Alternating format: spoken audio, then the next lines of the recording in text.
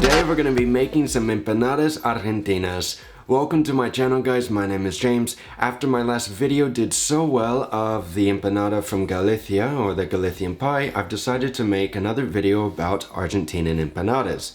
Not only that, but one of the local restaurants that's very famous for the empanadas here in Barcelona, is quite popular, has been so kind enough to give me their recipe for their dough. And as most of you know, or at least in the chef world, recipes tend to be more of a trade secret, so it's very, very nice of them to do this. I'm going to leave their link below in the description if you want to check out the restaurant for yourself the next time that you're in Barcelona and you can taste the empanadas for yourself. So to give you a quick overview of today, I'm first going to make the filling. We're going to make the chicken filling first, then the spinach filling, then we're going to make the dough, which is their recipe. I'm going to show you how to make it. We're going to cook the empanadas and we're done. It sounds very simple, but trust me, it's a little bit of work. So guys, before we get going, be sure to like the video down below, subscribe to the channel, and let's get going.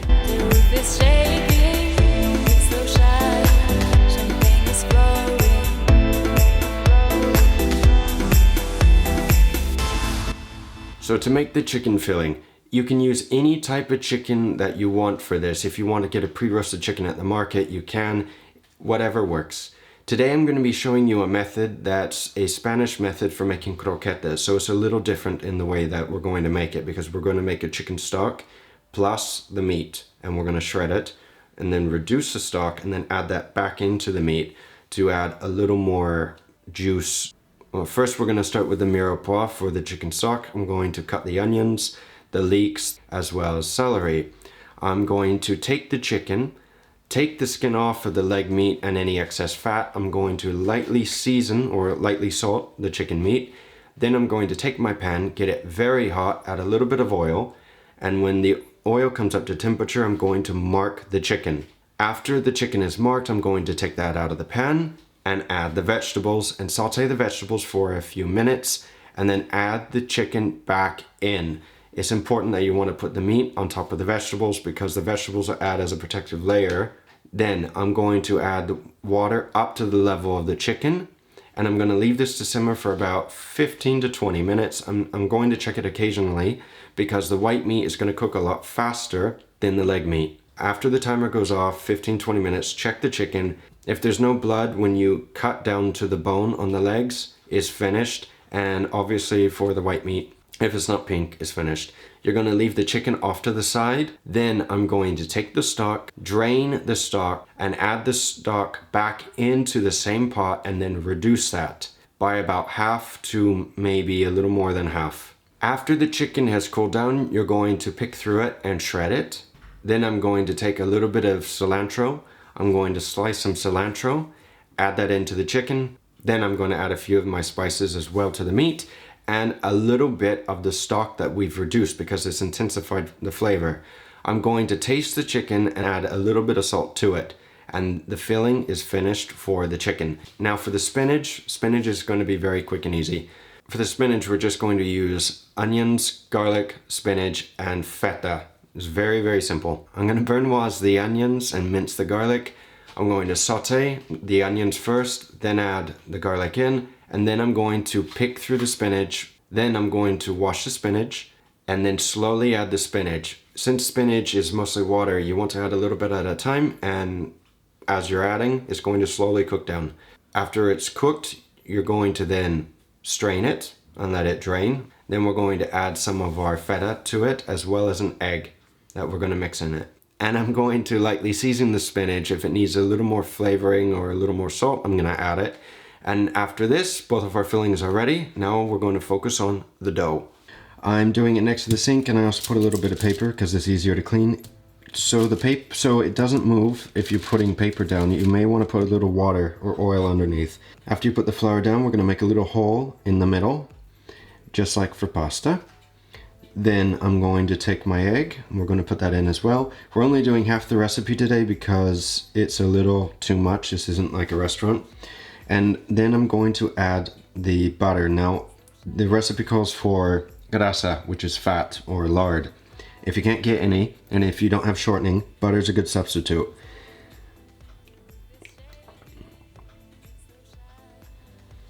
Okay.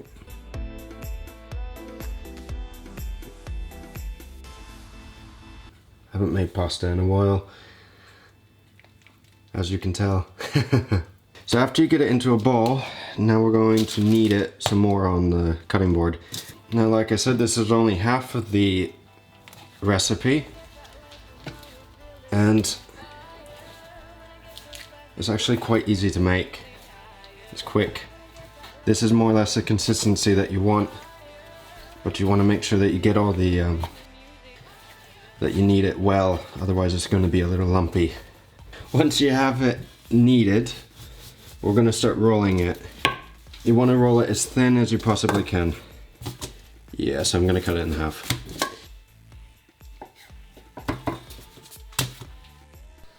Okay, now after a few minutes of rolling, I have it to a very thin consistency, very thin. This is only half that we use, so remember that this is going to make a lot when you make this. Then you want to take anything that you can find that's going to give you a decent size or a decent diameter. I'm using a small little plate. First, you're just going to line this up with an end, with the corner. I'm just going to cut around it. And this is going to be, and then this is our empanada that we're going to be using, more or less this size. And then of course you're going to fold this in half after you place the meat here, and voila, you're done. So while we're doing this, you want to preheat your oven to make sure that it comes up to temperature, and then use your oven tray or your rack that you're going to be using. Okay, now I'm just going to move these into the oven tray, and I'm going to make a few more before we start. Come here little guys. Oh, I put too much oil down. We've rolled out a few more and you're ready to plate. We're going to make an egg wash. Egg. A little bit of salt.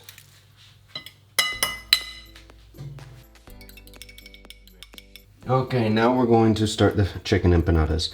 I'm going to put a little off to the side, not directly in the center, because these are going to be crescents, half moons. And I'm going to pack these as full as possible. Once you have the filling, we're just going to add a little bit of this around the sides. Just a little bit to help make it stick together. You can also do this before you put the filling. You don't have to do it this way. Then we're going to take it and we're going to pull it over. I'm going to leave a little bit, as you can tell, of a lip, so you can fold it, and we're going to fold it back. Now we're just going to fold them like such. Lay them flat. Okay, and you can make a little design if you want. Anything. Just by using the back of the knife. Alright, something like this. Something easy. Okay, so after you finish your first batch of little empanadas, I'm going to give them a little bit of an egg wash all over. And this is just the chicken. And then after you're done with this, I'm going to pop them in the oven at about 200 until they're done, until the dough's done. So about 10 to 15 minutes. Just keep an eye on it. And then we're going to repeat the process with the spinach. Alrighty, now for the spinach. Just give a little bit of an egg wash. Alright, so after your timer goes off, be sure to give them a check and turn them in the oven. They're gonna need about another 10 to 15 minutes, so about 20-25 minutes in total. It may take a little longer, it may take a little less, depending on your oven. I want to thank again the restaurant El Laurel for giving me the dough recipe today to use. Like I said, guys, I have the link in the description down below. If you're in Barcelona, you want to check them out, be sure to do so. If you want to modify this recipe in any way, feel free to do so. Be sure to check out the rest of my videos that I have on YouTube for other recipes. And if you haven't subscribed to my channel, be sure to subscribe and like the video down below. Thank you for watching, and I'll see you guys again very soon.